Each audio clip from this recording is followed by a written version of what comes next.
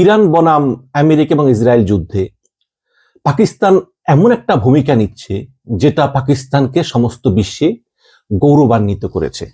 এবং আমাদের দেশে কিছু সুশীল আছে যারা বলতেছে পাকিস্তান কেন, তারপরে যারা আওয়ামী লীগ তারা এগুলোকে ভালোভাবে নিচ্ছে না, এমনকি যারা ভারতপন্থী, এমনকি খোদ ভারত, যেমন এই যে ইরানের সঙ্গে আমেরিকার যে নেগোসিয়েশন হবে বা সংলাপ হবে, এটা হবে পাকিস্তানের রাজধানী ইসলামাবাদে এবং এটার আয়োজক হচ্ছেন পাকিস্তানের প্রধানমন্ত্রী শাহবাজ শরীফ এবং পাকিস্তানের সেনাপ্রধান ফিল্ড মার্শাল আসিম মুনির।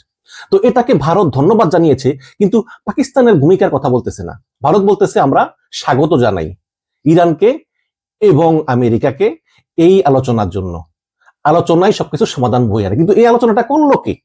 কে আগ বাড়িয়ে দুই পক্ষকে আলোচনার টেবিলে নিয়ে গেল? এটা ভারত স্বীকার করতে রাজি না, কারণ তারা হিংসে চলতেছে যে আজকে যদি নরেন্দ্র মোদী এই আলোচনাটার ব্যবস্থা করতে পারত, তাহলে ভারতীয়রা বলতো বা আমাদের আওয়ামী লীগেররা বলতো নরেন্দ্র মোদী বিশ্ব নেতা। কিন্তু সেটা আর হলো না। এখন পাকিস্তান যেই সমস্যা সমস্ত বিশ্বকে কাঁপিয়ে দিয়েছে, যেই সমস্যা সমস্ত বিশ্বের অর্থনীতিকে ড্যামেজ করতেছিল, সেই সমস্যার সমাধানের জন্য এগিয়ে এসেছে পাকিস্তান। এবং যে পাকিস্তানকে ইরান বিশ্বাস করে আমেরিকা। যেই নরেন্দ্র মোদী এই যুদ্ধ বাজার 2 দিন আগে ইসরায়েলে গিয়ে বলে এসেছেন যে ইসরায়েল আমার পিতৃভূমি আর ভারত আমার মাতৃভূমি, তো সেই নরেন্দ্র মোদীকে বিশ্বাস করবে কি? করবে না তো। এই কারণেই নরেন্দ্র মোদী তার বিশ্বাসযোগ্যতা হারিয়েছেন এবং উঠে এসেছেন সেই আসিম মুনির এবং শাহবাজ শরীফ। এবং পাকিস্তান বলতে আমরা বুঝতাম যে সন্ত্রাস কবলিত দেশ, খরা, বন্যা, দুর্নীতি এবং অর্থনীতি আমাদের চেয়েও ছোট, লোক সংখ্যা আমাদের চাইতেও কম।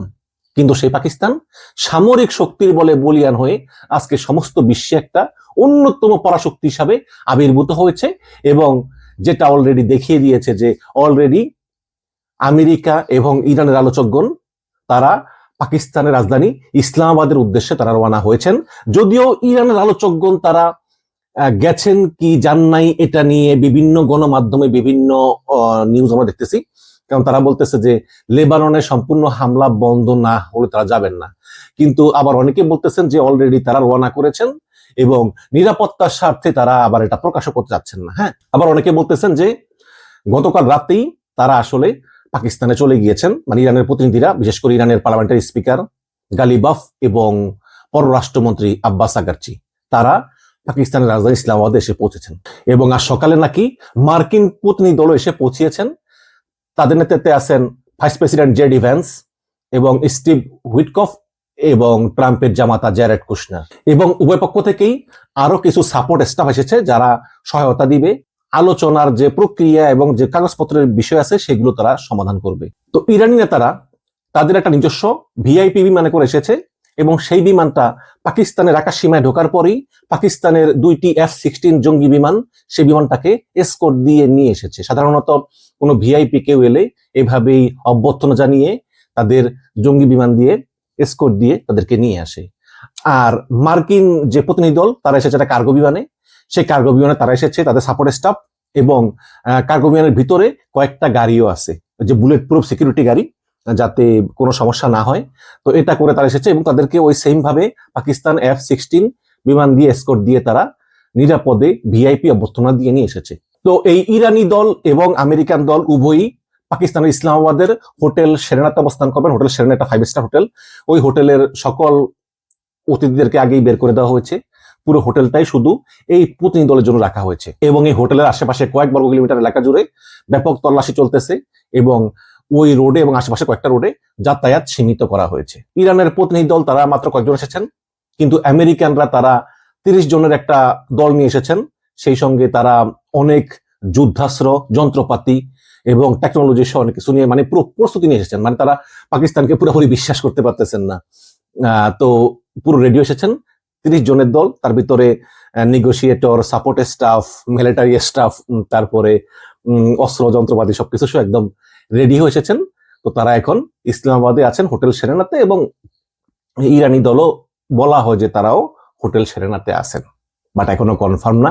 অনেকে বলতেছেন তারা এখনো আসেনি নাই, কিন্তু একটা মিডিয়া বলছে তারা নাকি আসছে। যাই হোক, আগামীকাল থেকে আলোচনা শুরু হবে। আজকে উভয় দলই হোটেলে রেস্ট নিবে। আগামীকাল থেকে আলোচনা শুরু হবে এবং আলোচনার আয়োজন করবেন প্রধানমন্ত্রী শাহবাজ শরীফ এবং সেনাপ্রধান আসিম মুনির পাকিস্তানের। এবং এই আলোচনা অনেকে বলতেছেন যে 2 দিন ধরে চলতে পারে, আবার ইরান বলতেছে এই আলোচনা 15 দিন ধরে টানা চলতে পারে। আমেরিকার আছে 15 দফা আর ইরানের 10 দফা।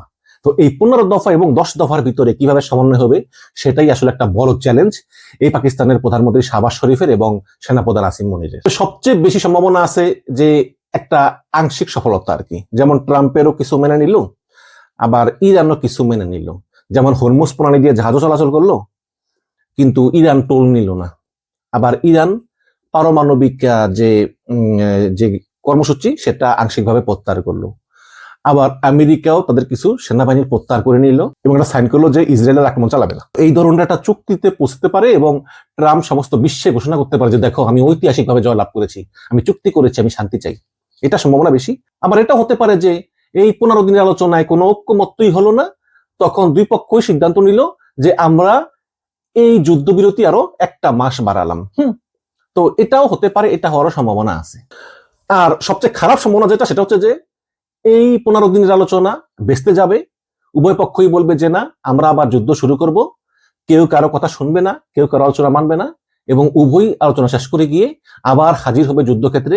ইরান ওই হরমুজ প্রণালী বন্ধই রাখবে এবং ইসরায়েল আমেরিকা আবার ইরানের উপর আক্রমণ শুরু করবে, যদিও এটা সম্ভাবনা কম বলে আমি মনে করি। তো অবশ্যই পাকিস্তান ধন্যবাদ প্রাপ্য, কারণ পাকিস্তান এমন একটা সময়ে এই যুদ্ধবিরতি নিয়ে এসেছে যখন রাশিয়া, চীন, আমেরিকা, ইরান, ইসরায়েল কেউই তাদের সঙ্গে কথা বলার মতো অবস্থায় ছিল না। সব জায়গায় ছিল অবিশ্বাস এবং ষড়যন্ত্র। ঠিক এই সময়ই সবাই খুঁজেছিল একজন বিশ্বাসী লোক, কিন্তু পেয়ে গেল পাকিস্তানকে। এই পাকিস্তানকে কিন্তু ইসরায়েলও বিশ্বাস করে না। পাকিস্তানকে ইসরায়েল বিশ্বাস না করলেও যেহেতু পাকিস্তান ট্রাম্পের অত্যন্ত আস্থাভাজন, এই জন্য ইসরায়েল বুকে পাথর বেঁধে মেনে নিয়েছে। না মেনেও আসলে ওদের কিছু করার নেই, কারণ আপনারা সবাই জানেন যে আমেরিকা সারা ইসরায়েলটা কাগজে বাঘ। পাকিস্তান কিন্তু এই নেগোসিয়েশনে ইরানের পক্ষ হয়ে কাজ করতেছে। হ্যাঁ, এবং অলরেডি পাকিস্তানের প্রতিরক্ষা মন্ত্রী তিনি বলেছেন যে ইসরায়েলের প্রধানমন্ত্রী নেতানিয়াহু সে হচ্ছে মানবতার জন্য অভিশাপ। পাকিস্তানের প্রতিরক্ষা মন্ত্রী খাজা আসিফ তিনি বলতেছেন ইসরায়েল অশুভ এবং মানবতার জন্য অভিশাপ, এবং তিনি ইসরায়েলের প্রধানমন্ত্রী বেনিয়ামিন নেতানিয়াহুর তীব্র সমালোচনা করেছেন। সামাজিক যোগাযোগ মাধ্যম এক্সে সাবেক টুইটারে একটা পোস্টে তিনি বলেছেন যে ইসলামাবাদে আলোচনা চলাকালীন সময়েও ইসরায়েল লেবাননে বেসামরিক নাগরিকদেরকে হত্যা অব্যাহত রেখেছে। তিনি বলেন যে লেবাননে গণহত্যা চালানো হচ্ছে এবং নিরীহ মানুষ নিহত হচ্ছেন। প্রথমে গাজা, তারপর ইরান, এখন লেবানন। ইসরায়েল রক্তপাত থামাচ্ছে না। তিনি আরো বলেন যে ফিলিস্তিনি ভূখণ্ডে ইসরায়েল রাষ্ট্র প্রতিষ্ঠাকারীরা জাহান্নামে যাক। এরপরে ইসরায়েল খুব রাগ করেছে। ইসরায়েল বলেছে, মানে ইসরায়েলের যে প্রধানমন্ত্রী নেতানিয়াহুর কার্যালয়, তারা বলেছে যে পাকিস্তানের প্রতিরক্ষা মন্ত্রী আসিফের এই বক্তব্য ইসরায়েলকে ধ্বংস করার আহ্বানের শামিল। পাকিস্তানের প্রতিরক্ষা মন্ত্রীর ইসরায়েলকে ধ্বংসের আহ্বান অত্যন্ত নিন্দনীয় এবং কোন সরকারের পক্ষ থেকে এমন বক্তব্য গ্রহণযোগ্য নয়। বিশেষ করে আসিফ এমন একটি দেশের প্রতিরক্ষা মন্ত্রী যারা নিজেদেরকে নিরপেক্ষ মধ্যস্থতাকারী হিসাবে দাবি করতেছে। যাই হোক, ইসরায়েলও তীব্র প্রতিক্রিয়া জানিয়েছে পাকিস্তানের প্রতিরক্ষা মন্ত্রীর এই বক্তব্যে। এখন এই যে চুক্তিটা হচ্ছে, এখানে পাকিস্তান নিজেকে নিরপেক্ষ হিসাবে উপস্থাপন করে আলোচনায় মধ্যস্থতা করতেছে, এবং অনেকেই বলতেছে যে এই আলোচনা শেষ হওয়ার পরে নাকি পাকিস্তান ইরানকে পারমাণবিক অস্ত্র সমৃদ্ধকরণে সহায়তা করবে। আপনারা জানেন যে পাকিস্তান একটি পারমাণবিক অস্ত্র সমৃদ্ধ দেশ, ভারত অবশ্যই। ইরান এবং আমেরিকার ভিতরে যেই যুদ্ধাবস্থা, এটা আসলে কোনো আলোচনার সম্ভাবনাই ছিল না, এবং আমেরিকা চরম ক্ষুব্ধ হয় যখন ইরান সৌদি আরবের পেট্রোকেমিক্যাল কারখানায় হামলা চালায় এবং সেখানে ধাউ ধাউ করে আগুন জ্বলে ওঠে, যেটা আমেরিকা কোনোভাবেই মেনে নিতে পারতেছিল না। এবং আপনারা জানেন যে সৌদি আরবের সঙ্গে পাকিস্তানের একটা সামরিক চুক্তি হয় যে এক দেশ আক্রান্ত হলে আরেক দেশ রক্ষা করবে। তো এরপরই আসলে পাকিস্তান নড়ে চড়ে বসে পাকিস্তান বলে যে না, এভাবে চলতে দেওয়া যায় না। তখন পাকিস্তান নিজে উদ্যোগী হয়ে ইরানের পররাষ্ট্রমন্ত্রী আব্বাস আগারচির সঙ্গে এবং স্পিকার গালিবাফের সঙ্গে তারা কথা বলেন এবং তারা বলেন যে না, একটা স্থায়ী সমাধান দরকার। এরপর যখন আলোচনার পথ তৈরি হয়, তখন আবার ইরান কড়া বার্তা দেয় যে লেবাননের উপর হামলা বন্ধ না হলে আমরা আলোচনায় বসবো না। তখন আবার পাকিস্তান ট্রাম্পকে বলে দেখো, লেবাননের উপর কিন্তু হামলা চলতেছে। তখন আবার ট্রাম্প বলে ইসলামাবাদকে মানে পাকিস্তানকে যে নেতানিয়াহু লেবাননের উপর থেকে হামলা কমিয়ে দিবে, নেতানিয়াহু পুরোপুরি হামলা বন্ধ করতে পারবে না, কারণ তার দেশের জনগণ তার উপর চাপ দিচ্ছে যে এই যুদ্ধে আমরা কি পেলাম, আমরা তো সবই হারালাম।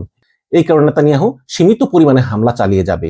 যদিও এখন পর্যন্ত পাকিস্তান লেবাননে পুরোপুরি হামলা বন্ধ করার জন্য আমেরিকার মাধ্যমে ইসরায়েলকে চাপ দেওয়া অব্যাহত রেখেছে এবং ট্রাম্পও নেতানিয়াহুকে বলতেছে তোমরা লেবাননের সঙ্গে আলোচনায় বসো। পাকিস্তান তার চেষ্টা করে যাচ্ছে। আগেই বলছিলাম পাকিস্তান কোনো বড় শক্তি না, কিন্তু তারপরেও পাকিস্তান কেন গুরুত্বপূর্ণ উঠল? কারণ পাকিস্তানের বর্তমান যে সেনাপ্রধান, সেই সেনাপ্রধানের সঙ্গে ট্রাম্পের খুবই একটা ভালো ব্যক্তিগত সম্পর্ক আছে এবং পাকিস্তানের সেনাপ্রধান ফিল্ড মার্শাল আসিম মুনির তিনি একমাত্র সামরিক ব্যক্তিত্ব যাকে ট্রাম্প হোয়াইট হাউসে দাওয়াত দিয়ে নিয়ে গিয়ে ডিনার করেছেন একসঙ্গে। এবং ইরানের সঙ্গে রয়েছে পাকিস্তানের বিশাল সীমান্ত, ওদিকে সৌদি আরবের সঙ্গে আছে তাদের প্রতিরক্ষা চুক্তি। এই সব মিলিয়েই পাকিস্তান নিজেদেরকে অনন্য রূপে হাজির করেছে বিশ্বের একটা প্রভাবশালী দেশ হিসাবে। এবং পাকিস্তানের এই উজ্জ্বল ভাবমূর্তির কাছে ম্লান হয়ে গিয়েছে নরেন্দ্র মোদীর ভাবমূর্তি, যিনি কিনা বলেছেন ইসরায়েল আমার পিতৃভূমি। আবার পাকিস্তানের সঙ্গে চীনের সম্পর্ক অত্যন্ত গভীর। তো এই চতুর্মুখী সম্পর্কই পাকিস্তানকে আসলে মধ্যস্থতাকারীর ভূমিকায় নিয়ে এসেছে।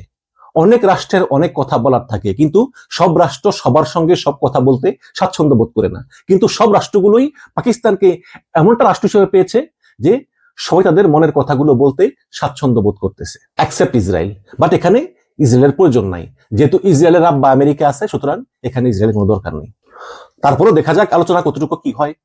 এখানে যে বিশেষ যেই মানে দাবিগুলো, যেমন আমেরিকার পক্ষ থেকে আছে যে হরমুজ প্রণালী পুরো খুলে দেওয়া, ইরানের পারমাণবিক কর্মসূচি বন্ধ করে দেওয়া, তারপরে ইরান যে প্রক্সি গ্রুপগুলি আছে হামাস, হুতি, হিজবুল্লাহ এদের সঙ্গে যোগাযোগ না রাখা, এগুলো ইরান কতটুকু মেনে নেয়। আবার ইরানের যে দাবি যে আমাদের পারমাণবিক কর্মসূচি আমরা আন্তর্জাতিকভাবে চালু করবো, অনেকেই তো করে, আমরা করলে সমস্যা কি, তারপরে আমরা হরমুজে টোল বসাবো, তারপর আমরা হিজবুল্লাহ হুতিকে সাপোর্ট দিয়ে যাবো, আমার তারপর এই যুদ্ধবিরতিতে আমরা লেবাননকে ইনক্লুড করবো, এগুলো আসলে আমেরিকা কতটুকু রাজি হয়। তো পাকিস্তান তার চেষ্টা করেই যাবে। তবে শেষ পর্যন্ত পাকিস্তানের কিন্তু এটাই বড় অর্জন যে তারা এমন ভয়াবহ সংকটে দুই পক্ষকে আলোচনার টেবিলে তারা বসাতে পেরেছে। পাকিস্তান প্রমাণ করেছে যে একটা দেশ যতই ছোট হোক বা অর্থনীতি ছোট হোক, কিন্তু সে যদি সামরিক শক্তিতে বলিয়ান হয়ে সে আসলে ভৌগোলিকভাবে ভূরাজনৈতিকভাবে নিজেদের যোগ্যতা প্রমাণ করতে পারে এবং তারা ভূরাজনীতিতে এবং পৃথিবীর যে কোনো সংকটে নিজেদেরকে প্রয়োজনীয় বলে উপস্থাপন করতে পারে, তাহলে কিন্তু তারা নিজেদের ভাবমূর্তি উজ্জ্বল করতে সক্ষম। সুতরাং তারা ভূগোল, সামরিক যোগাযোগ, আঞ্চলিক তৎপরতা এবং কূটনীতির কাজে লাগিয়ে সমস্ত বিশ্বের অন্যতম একটা প্রভাবশালী রাষ্ট্র হিসাবে এই পাকিস্তান আবির্ভূত হয়েছে। এখন ফলাফল যাই হোক না কেন, আমরা এটুকু বলতে পারি যে পাকিস্তান তার এই অবদানের জন্য ধন্যবাদ পেতেই পারে এবং শেষ পর্যন্ত পাকিস্তানে যে ধরনের সমঝোতা হোক না কেন সেটা আসলে ইরানের পক্ষেই নেওয়ার চেষ্টা করবে পাকিস্তান। এটা ইরান একটা প্রতিবেশী দেশ হিসাবে এবং একটা মুসলিম দেশ হিসাবে পাকিস্তান এটুকু ফেভার ইরানের জন্য করবে। বা তারপরেও পাকিস্তানেরও সীমাবদ্ধতা আছে, কারণ আমেরিকাও তো মানতে হবে, তাই না? আমেরিকাও তো বিশ্বের সবচেয়ে বড় পরাশক্তি, এটা ভুলে গেলে চলবে না। কিন্তু তারপরেও আমরা এই আলোচনার সফলতা কামনা করি। ভালো থাকবেন, ধন্যবাদ।